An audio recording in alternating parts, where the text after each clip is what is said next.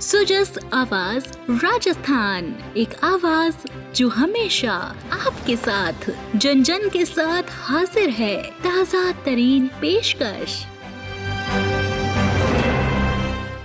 Sujas podcast में मेधा से आप सुन रहे हैं प्रदेश के मुख्य समाचार। एक नजर आज की हेडलाइंस पर। प्रधानमंत्री नरेंद्र मोदी 28 फरवरी को आएंगे अजमेर। 23,500 करोड़ के विकास कार्यों की देंगे सौगात। मुख्यमंत्री भजनलाल शर्मा ने अखिल भारतीय संस्थागत नेतृत्व समागम 2026 का किया उद्घाटन। राजस्थान इंटरनेशनल सेंटर में जुड़े देश भर के शिक्षाविद। मुख्यमंत्री ने माई FM के 5 नए स्टेशनों का किया शुभारंभ। रेडियो बनेगा जन जन तक सरकारी योजनाओं की जानकारी का माध्यम।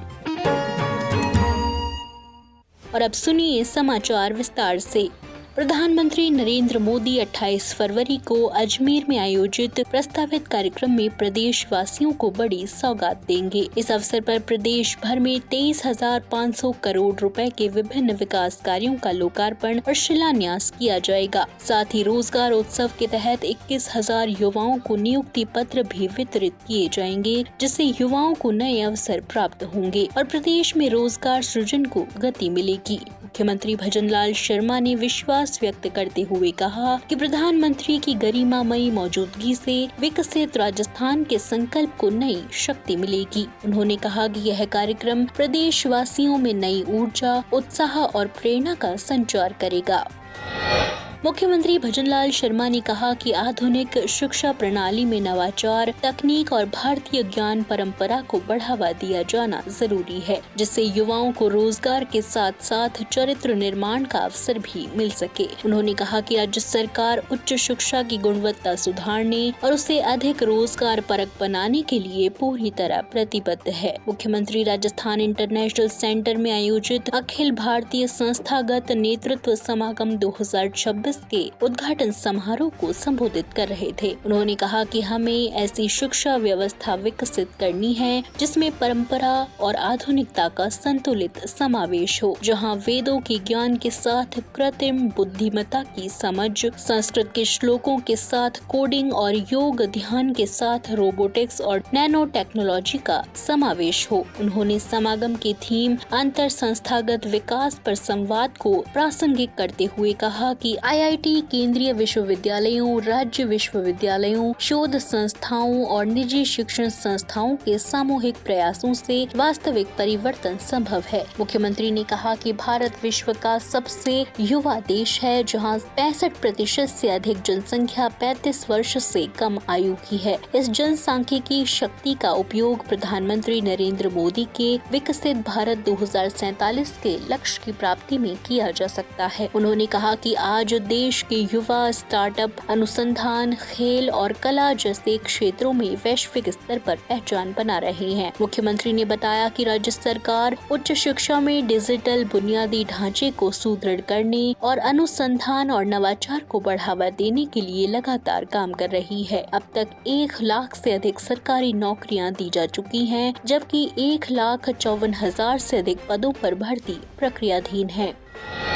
मुख्यमंत्री ने कहा कि सरकार के कार्यकाल में 341 परीक्षाएं आयोजित की गयी, जिसमें एक भी पेपर लीक नहीं हुआ। युवाओं के सशक्तिकरण के लिए 65 आई स्टार्टअप लॉन्च पैड नेस्ट, 17 खेलो इंडिया केंद्र, 71 नए राजकीय महाविद्यालयों की स्थापना, 185 कॉलेज भवनों का लोकार्पण और छात्राओं को करीब 40,000 स्कूटियों का वितरण किया गया है। हमारी राजस्थान सरकार भी विकसित भारत 2047 को लेते हुए विकसित राजस्थान 2047 का काम हम लगातार कर रहे हैं। हम चाहते हैं कि हमारे विश्वविद्यालय केवल परीक्षा के केंद्र नहीं बल्कि नवाचार की प्रयोगशालाएं बने। हम चाहते हैं कि हमारे छात्र केवल नौकरी पाने वाले नहीं लेकिन नौकरी देने वाले भी मिले। हम चाहते हैं कि जो हमारा शिक्षा प्रणाली में भारतीय मूल्य हो, वैश्विक दृष्टि हो और तकनीक की ताकत हो। साथियों, हम बहुत खुश नसीब है क्योंकि आज भारत विश्व का सबसे युवा देश है। और वो युवा देश किस लिए है कि हमारे पास 65% से अधिक जनसंख्या 35 वर्ष से कम आयु वालों की है। साथियों, आज विश्व का सबसे युवा देश हमारा है। यह जनसंख्या की लाभांश केवल एक आंकड़ा नहीं है बल्कि हमारी सबसे बड़ी ताकत है। लेकिन ये ताकत तभी सार्थक होगी जब हम अपने युवाओं को सही शिक्षा, सही कौशल और सही मार्गदर्शन दे सकेंगे। इस समागम में थीम अंतर संस्थागत विकास पर संवाद अत्यंत प्रासंगिक है। आज के समय में कोई भी संस्था अकेले उत्कृष्टता हासिल नहीं कर सकता। जब IIT, केंद्रीय विश्वविद्यालय, राज्य विश्वविद्यालय, शोध संस्था, निजी शिक्षण संस्थाएं मिलकर काम करेंगे, तभी हम वास्तविकता में बदलाव ला सकते हैं। सहयोग से ही समृद्धि आती है। जब विभिन्न संस्थाएं अपने संसाधन, अपना ज्ञान, अपने अनुभव साझा करते हैं तो एक नया परिस्थिति का तंत्र बनता है जिसे हर कोई सीखता है, हर कोई उसमें आगे बढ़ता है। विद्या भारती उच्च शिक्षा संस्थान, राजस्थान विश्वविद्यालय उच्च शिक्षा विभाग ने इस पहल के माध्यम से जो मंच तैयार किया है वह आने वाले वर्षों में भारतीय शिक्षा जगत के लिए मील का पत्थर साबित होगा। राजस्थान सरकार शिक्षा की गुणवत्ता सुधारने, डिजिटल बुनियादी को ढांचे को मजबूत करने, अनुसंधान और नवाचार को बढ़ावा देने और भारतीय ज्ञान परंपरा को शिक्षा प्रणाली में समाहित करने के लिए पूरी तरह से प्रतिबद्ध है। हम चाहते हैं कि राजस्थान के विश्वविद्यालय राष्ट्रीय और अंतर्राष्ट्रीय स्तर पर अपनी पहचान बनाए। हमारी सरकार युवाओं को शिक्षा के साथ साथ रोजगार के भरपूर अवसर दे और लगातार आप देख रहे हैं हमारे 1 साल में हमने हमारे युवाओं के लिए लगातार हमारी सरकार काम कर रही है। 1 साल में हमने 1 लाख से ऊपर युवाओं को सरकारी नौकरी देने का काम किया है, नियुक्ति पत्र देने का काम किया है। 1,53,000 के लगभग हमारा प्रक्रियाधीन है और अभी हमने हमारी 12 जनवरी स्वामी विवेकानंद जयंती के अवसर पर हमने पूरे 1 साल का कैलेंडर दिया, उसमें 1 लाख वैकेंसी निकालने का काम लगातार हमारी सरकार ने किया है। आप सुन रहे हैं सुजस आवाज राजस्थान। मुख्यमंत्री भजनलाल शर्मा ने कल मुख्यमंत्री निवास पर आयोजित कार्यक्रम में माय FM के 5 नए स्टेशनों का शुभारंभ किया। पाली में माय FM के ऑन एयर होने के बाद इसकी औपचारिक शुरुआत करते हुए उन्होंने भीलवाड़ा, श्रीगंगानगर, अलवर और सीकर में शुरू होने जा रहे नए स्टेशनों के लिए अग्रिम बधाई और शुभकामनाएं दी। मुख्यमंत्री ने कहा कि प्रधानमंत्री नरेंद्र मोदी ने मन की बात के माध्यम से रेडियो को पुनः जनजीवन का अहम हिस्सा बनाया है। उन्होंने कहा कि रेडियो आज भी संचार और मनोरंजन का प्रभावी माध्यम है। उन्होंने विश्वास व्यक्त करते हुए कहा कि माय FM के नए स्टेशनों के जरिए सरकार द्वारा गरीब, युवा, किसान और महिलाओं सहित समाज के हर वर्ग के लिए किए जा रहे कार्यों की जानकारी श्रोताओं तक पहुंचेगी। साथ ही आमजन को देश विदेश की महत्वपूर्ण जानकारियां भी प्राप्त होंगी। इस अवसर पर माय FM के प्रतिनिधि मौजूद रहे। मुख्यमंत्री भजनलाल शर्मा के निर्देशन में RGHS योजना को सुदृढ़ करते हुए अनियमितताओं पर सख्त कार्रवाई की जा रही है। चिकित्सा विभाग ने गंभीर गड़बड़ियों के मामलों में 8 कार्मिकों को तत्काल प्रभाव से निलंबित किया है। योजना के सुचारू संचालन हेतु अब तक 19 FIR दर्ज की गई हैं और अस्पतालों और अन्य हितधारकों से लगभग 39 करोड़ रुपए की रिकवरी की जा चुकी है। प्राथमिक जांच के सामने आए दुरुपयोग के मामलों में संबंधित कार्मिकों पर विभागीय कार्रवाई जारी रहेगी।